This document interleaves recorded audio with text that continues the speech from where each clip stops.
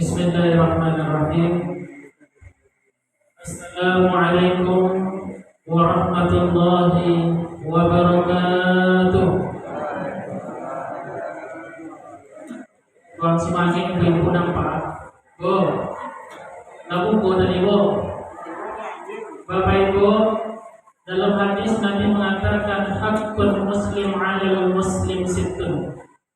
Kewajiban dan hak seorang muslim, kata Nabi, kepada muslim yang lain ada 6 perkara. Salah satunya, ketika seorang muslim sakit, maka hak kewajiban kita untuk menjenguk. Yang kedua, ketika seorang muslim kita meninggal dunia, maka hak kewajiban kita untuk bertakziah ke rumahnya. Yang ketiga, ketika seorang muslim mengucapkan salam, maka hak kewajiban kita menjawab salam. Bukan tadi jawab tapi buang semangat. Muhammad pun belakang. Bukan tadi jawab tapi buang semangat. Jadi ulang ya. Siapa yang semangat menjawab salam aku doakan masuk surga. Doa masuk surga wajib Pak. Terus makin apa masuk surga? Yang semangat menjawab salam aku doakan masuk surga. Amin. Mari baca ketiknya. Yang tidak semangat aku doakan masuk surga ya. Pokoknya bukunya dia. Yang tidak semangat menjawab salam aku doakan masuk angin. Salam berulangnya. Assalamualaikum warahmatullahi wabarakatuh.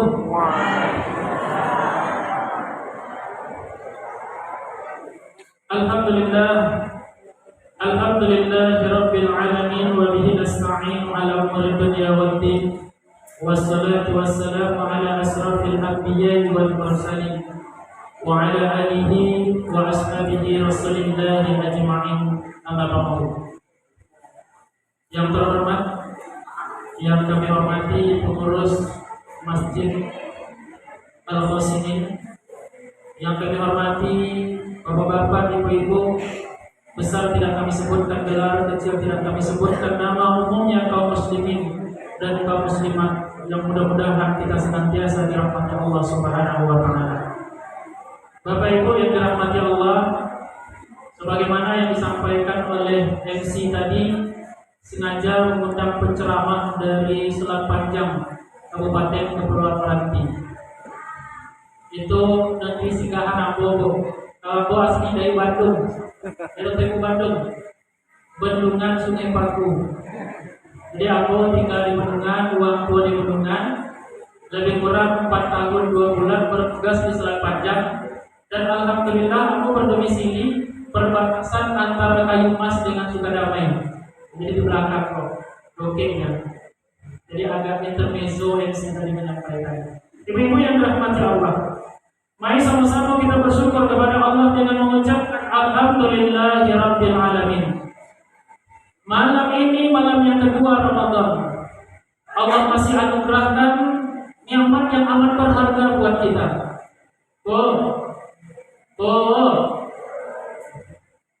Kalau awak tengok kiri kanan ibu-ibu, apa-apa ibaratkan penumpang bus. Kalau awak tengok kiri kanan, penumpang itu semakin bertambah atau berkurang? Ya Bu?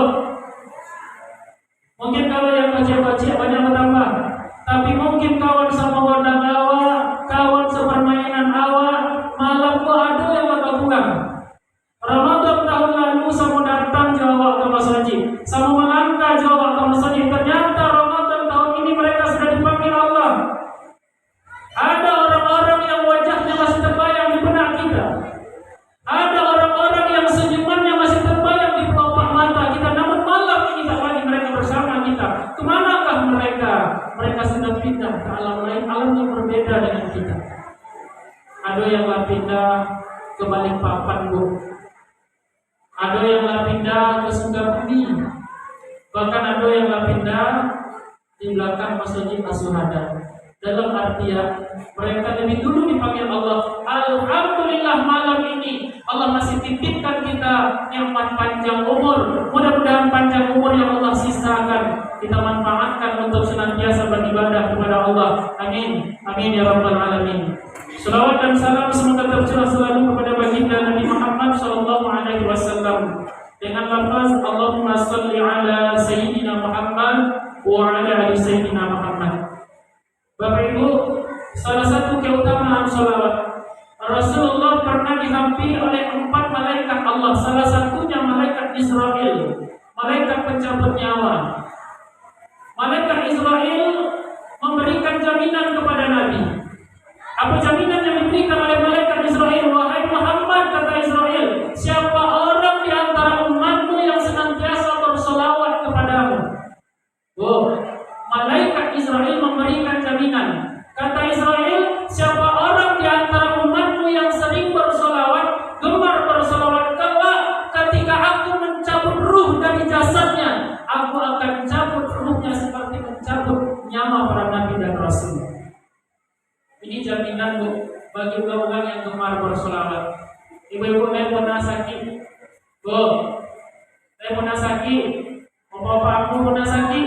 Tetapi menurut penelitian Bapak Ibu, tidak ada sakit yang lebih sakit daripada sakitnya kematian. Bahkan kaum tua-tua mungkin menyampaikan sakitnya mati seperti kambing yang dikupas kulitnya hidup-hidup. Tetapi bagi orang-orang soleh, Nabi dan Rasul, ternyata ketika ruh dicabut dengan cara halus dan penuh lemah lembutan. Bapak Ibu, mungkin berbeda cara mati manusia dengan binatang. Maaf mengecek, kalau binatang mati Ibu, ternyata binatang mati itu kekuatannya masih utuh. Beda dengan manusia. Ketika manusia akan meninggal dunia, sebelum ruhnya dicabut dari ubun-ubunnya, menurut riwayat yang pertama kali dicabut adalah kekuatannya. Beda dengan binatang. Binatang ketika akan dicabut ruh, kekuatannya masih utuh. Makanya Bapak Ibu, ketika kita menyembelih hewan kurban, menyembelih sapi, kobau, itu memegang kobau itu sampai se-RW ya. 10 orang, 7 orang memegang kaki, bopet, kepala, lemo, tangan, disembelih. Setelah disembelih, tengok kekuatannya. Kenapa? Kekuatan binatang masih utuh ketika ruhnya dicabut. Tapi ternyata kekuatan manusia sebelum ruhnya dicabut, kekuatannya dicabut Allah. Sehingga banyak kalau manusia mati, tengok. Ada yang turun binatang kok. Ada yang nanti tahu manusia mati melompet-lompet si ayam.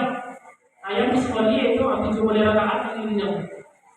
Apalagi intinya kalau disembelih dilopek langsung terbang. Tapi manusia begitu sebelum dicabut ternyata tenaganya sudah habis, sehingga yang terlihat hanya lemah, lesu mulai yang dirasakan hanya uratnya yang bergetar ketika ruh dicabut. Ternyata orang-orang yang berselawat ketika malaikat mencabut ruhnya akan dicabut penuh lemah lembut seperti mencabut nyawa Nabi dan Rasul. Mudah-mudahan kita termasuk orang-orang yang mendapat jaminan itu. Bapak Ibu yang dirahmati Allah, pada kesempatan yang mulia ini kami tidak akan membahas tentang masalah Ramadan. Tetapi Bapak Ibu, kita akan membahas sedikit tentang masalah saluko dan naroko. Gampang depan. Tadi jawabnya leh. Ibu-ibu leh mau masuk surga. Leh mau. Ibu-ibu leh mau masuk surga. Masuk gimana itu? Ibu-ibu leh mau masuk surga. Ibu-ibu leh mau mati. Apa baca orang Islamnya kan? Dia masuk surga tapi tidak mau mati. Syarat masuk surga mati terlebih dahulu. Ibu-ibu yang dirahmati Allah, banyak jalan, banyak cara yang menyebabkan kita masuk ke dalam surga Allah, sekalipun pintu surga hanya Allah sediakan 8 pintu. Al-Jannatu samania al-tabin. Pintu surga itu hanya Allah sediakan 8 pintu. Tetapi banyak cara, banyak yang menyebabkan kita masuk ke dalam surga Allah. Begitu juga sebaliknya Bapak Ibu, banyak cara, banyak jalan yang menyebabkan kita masuk ke dalam neraka Allah, sekalipun pintu neraka hanya Allah sediakan 7 pintu. Wan naru sab'a al-babin. Neraka itu Allah sediakan 7 pintu. Tetapi ternyata banyak sebab, banyak cara, banyak perbuatan yang menyebabkan kita dicampakkan ke dalam neraka Allah Subhanahu wa taala. Ibu-ibu, ada orang yang masuk surga karena sholatnya. Ada orang yang masuk surga karena puasanya. Ada orang yang masuk surga karena hajinya. Ada orang yang masuk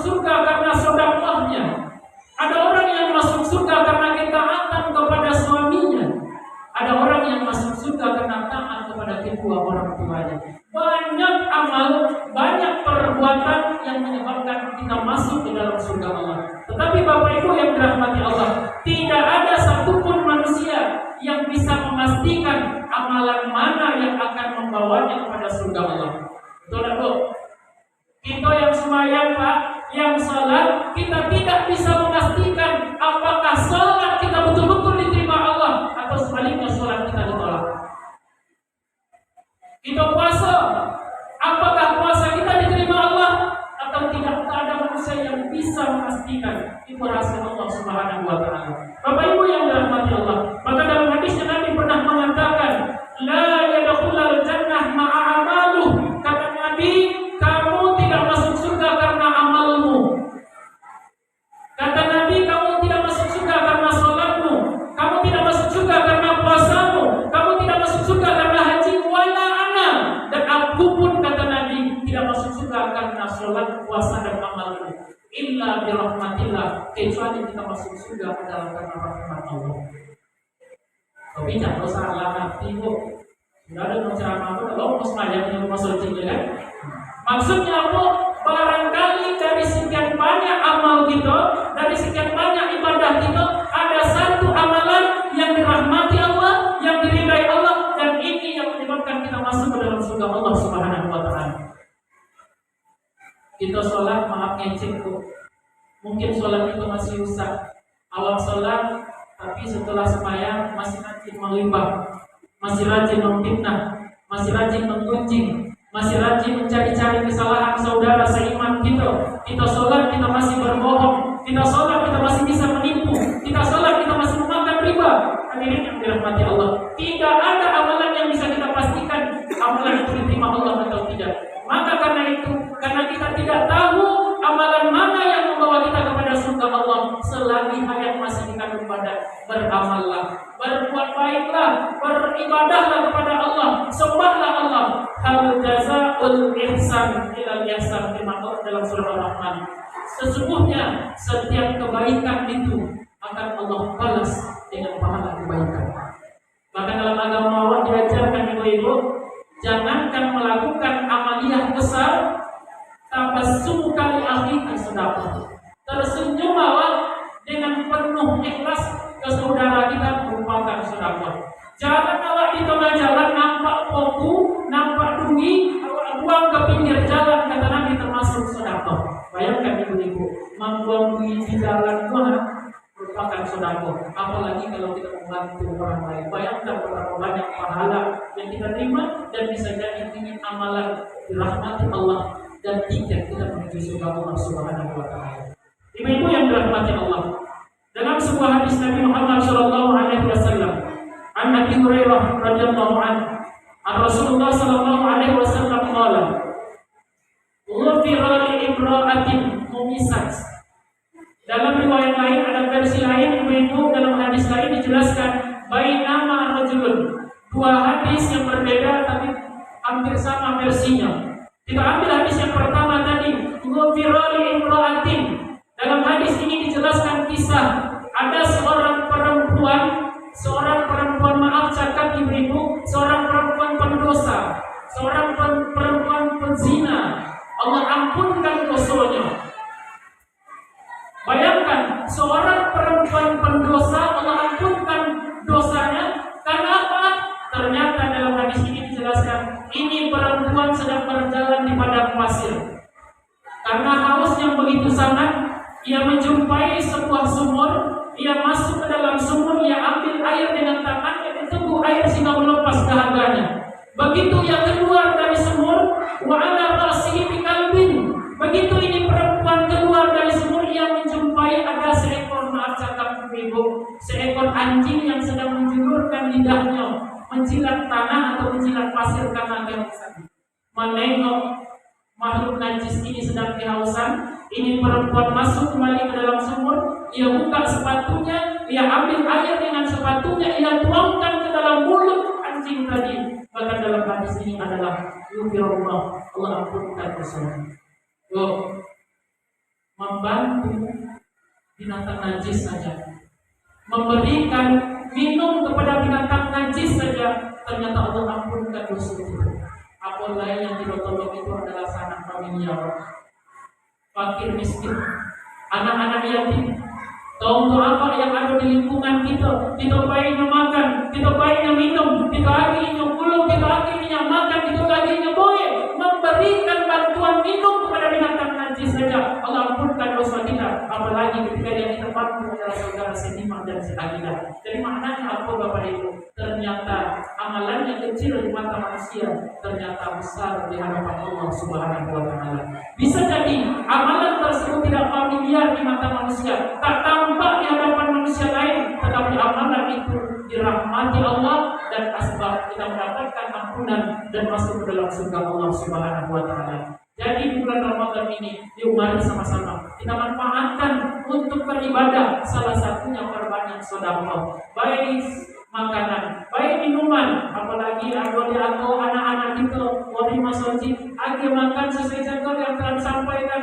Bahkan bukan hanya yang dapat jadwal. Bapak Ibu dalam hadis lain dijelaskan, siapa yang membaik makan orang yang berpuasa, maka akan mendapatkan pahala sebagai pahala orang yang berpuasa tersebut. Hadirin yang dirahmati Allah, hadis yang pertama tentang perempuan berdosa yang mengampunkan dosa. Bapak Ibu yang dirahmati Allah, dalam hadis lain dijelaskan ada seorang laki-laki yang di rumahnya memiliki kucing, memelihara kucing, tetapi ternyata kucing ini tidak dirawat dengan baik.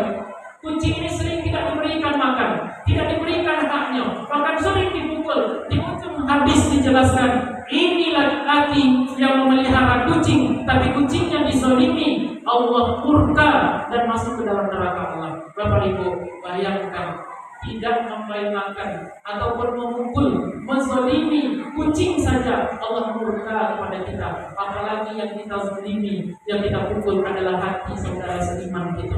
Apalagi yang kita sakiti adalah seorang anak yatim yang tinggal di sudut kampung. Karena yang tinggal hidup miskin kita tak peduli. Bahkan kata-kata kita kadang-kadang kasar, menganggap dia menghina di hadapan manusia.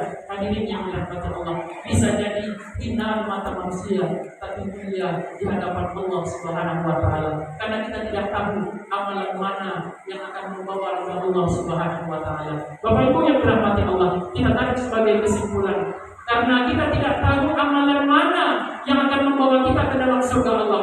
Begitu juga sebaliknya, kita tidak tahu dosa mana yang akan mencampakkan kita ke dalam neraka Allah. Maka untuk itu kesimpulannya, yuk mari sama-sama selagi hayat kita berbadan, kita manfaatkan umur kita untuk berbuat baik, melakukan kebaikan, beramal, beribadah, terutama di bulan Ramadan yang berkah ini. Kita manfaatkan kesempatan. Bisa jadi Bapak Ibu, Ramadan 1444 Hijriah ini adalah Ramadan terakhir kita, sebagaimana Ramadan terakhir tetangga itu yang meninggal bulan lalu. Bisa jadi ibadah tarawih di bulan ini adalah ibadah terakhir kita. Selagi Allah titipkan usia, mari kita gunakan kesempatan untuk beribadah, mentakarubkan diri kepada Allah Subhanahu wa Ta'ala. Mudah-mudahan kita termasuk orang-orang yang amal kita dirahmati Allah, diridhai Allah, dan asbab kita dimasukkan ke dalam surga-Nya. Amin, amin ya rabbal alamin. Bapak Ibu yang dirahmati Allah, demikian kiranya penyampaian kami. Mohon maaf jika terdapat kesalahan dan kehilafan. Billahi taufiq wal hidayah. Assalamualaikum warahmatullahi wabarakatuh.